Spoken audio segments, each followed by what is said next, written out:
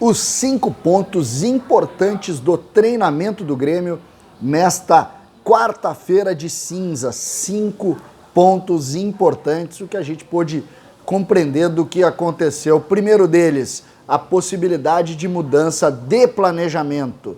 Por quê? O jogo inicialmente marcado, o jogo contra o Juventude, inicialmente marcado para as 19 horas do próximo sábado, passou para as 11 da manhã. E isso pode modificar o planejamento do Grêmio com relação à utilização de alguns atletas que estavam relacionados. A ideia inicial do Grêmio era colocar praticamente 2 times, usar muitos jogadores nessas 2 partidas. Lembrando que o Grêmio joga no sábado contra o Juventude e na segunda-feira, na terça-feira, contra o América de Cali.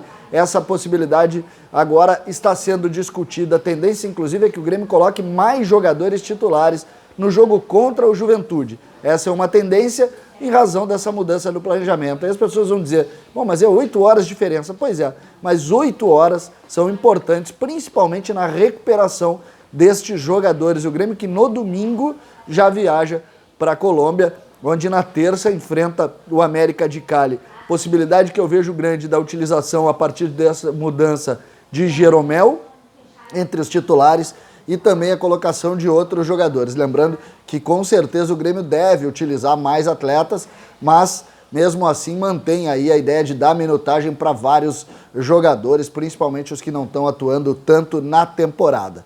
Segundo ponto, tipo de treino que o Grêmio desenvolveu hoje. Hoje o Grêmio fez um treinamento em que montou 3 times de 8 jogadores e esse treinamento é um treinamento para botar compactação, para tentar fazer esses times jogarem um pouco mais próximos, jogadores uns dos outros, dando, sobretudo, essa linha de times compactados e intensos. Algo que falta efetivamente no Grêmio. Legal ver esse trabalho desenvolvido no Grêmio, por quê? Porque essa é uma das grandes críticas que nós temos. E o Grêmio detectou isso, está lá tentando treinar, tentando fazer valer a condição e utilizando os treinamentos. Nós que criticamos muito, às vezes, o Renato pela falta de continuidade desses treinos, o Grêmio está tentando detectar, diagnosticou a falta de intensidade e de compactação do time para tentar resolver. Parabéns, é assim que funciona. Esse é o segundo ponto. Terceiro ponto, Matheus Henrique. Matheus Henrique deixou o treino mais cedo. Em princípio não preocupa, mas Matheus Henrique é de fato um jogador importante no processo do Grêmio, um principal volante do grupo de jogadores, é jogador de seleção brasileira, foi capitão inclusive no pré-olímpico, é um jogador que o Grêmio precisa e que nesse momento a falta, algum risco de perder o Matheus Henrique, claro, que tira o cabelo de alguns lá do Grêmio e eu acho que a gente vai ter que ficar muito atento nas próximas horas, mas em princípio nada de importante com Matheus Henrique, ele que deixou o treino, repito, mais cedo. O outro já preocupa mais. Everton, mais uma vez, sentiu no treinamento, ele que já havia sentido no jogo contra o Caxias, meio por volta de 20 minutos do primeiro tempo, quem não lembra, aquela bola que ele sente o joelho, inclusive saiu chorando do gramado, mas voltou, lutou, tentou lá, pois hoje ele voltou a sentir e ele preocupa. E aí, claro, uma situação que a gente precisa colocar, que é mais ainda, que agrega um pouco mais de especulação.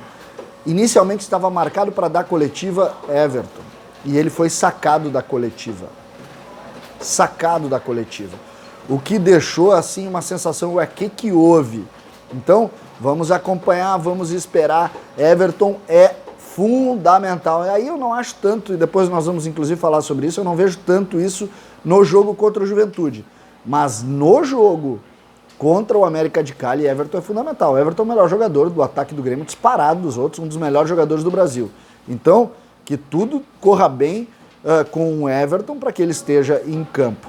Quinto ponto do treino, o time reserva tem um ataque com Ferreirinha, ou melhor, PP no lado direito, Luciano na frente e Ferreirinha no lado esquerdo. E aí não é nenhuma provocação, não é nada disso, mas eu quero apenas colocar uma ideia. O Grêmio não pode perder para nenhum time do interior com um ataque como esse. Vocês conseguem entender em algum time que está disputando o Campeonato Gaúcho algum ataque como esse? Claro que não.